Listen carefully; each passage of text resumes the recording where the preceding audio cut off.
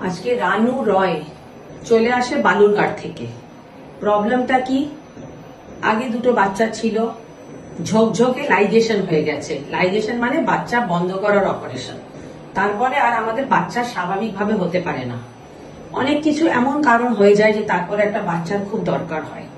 তেমনি রানু চলে আসে, আমাকে ফোনে জিজ্ঞেস করে যে ম্যাম অপারেশন খুলতে বলছে।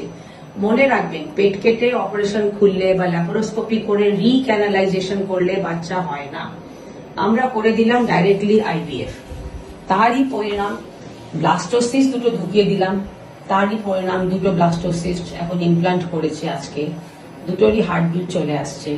তাহলে আমি লোকেদের বোঝাতে চাই যে অনেক সময় মেয়েরা ভাবে যে আরে লাইগেশন হয়ে গেছে বাচ্চা হবে না।